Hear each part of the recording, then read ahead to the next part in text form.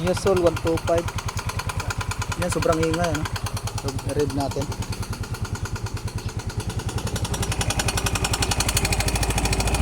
Yan, nawawala naman siya pag may revolution.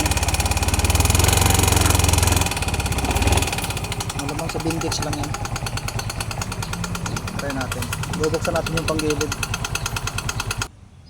At tinanggalan natin yung mga bolt.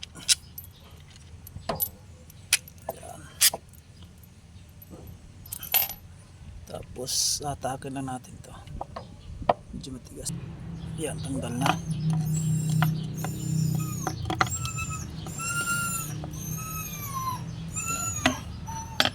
So ito yung starter gear.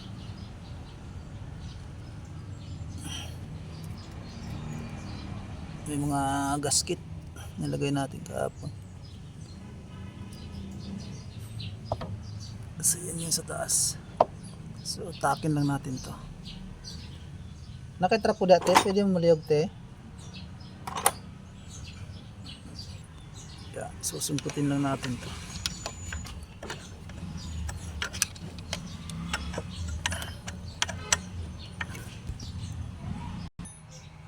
Yan, pag nasungkit na natin ng flat screw, hatakin lang natin to. Medyo nagbablard. Ano ba yan? Nagbablard yung cellphone ko. Ba't gano'n sulit? Pag nahatak na natin ng flat screw, yan, hatakin na natin to. Yan. So wala naman sa baliktaran. Baliktaran pala. Pwede. Tapos hatakin na natin to. Yan. Okay, pwede mag-yola yan. So ito yung kanyang Bindix. Tapos ito yung kanyang bearing. So ito yung pinag-inalaan ko, no? Baka ito yan.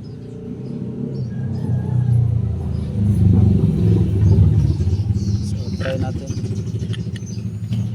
natin dito.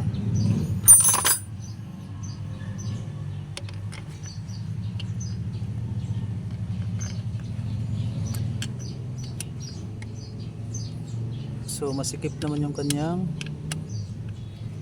ito tensioner. Ito nga, oh. Yan, bearing na talaga. Sobrang kalog na po ng kanyang bearing. Ito. So overhaul talaga ito, ano, mga paps.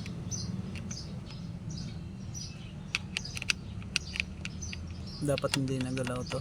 May galaw to, kunti lang, pero ganyang play wala na yan.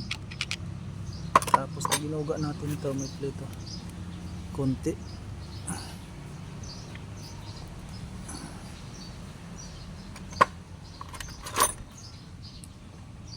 Yan, masyadong malaki ang play. So ito yung sani ng ingay, ano. Itong tensioner okay naman to.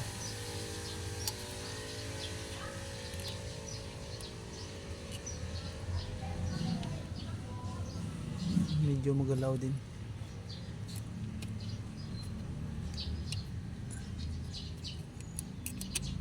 Pero masikip naman yung tensioner. Ay, yung ano natin.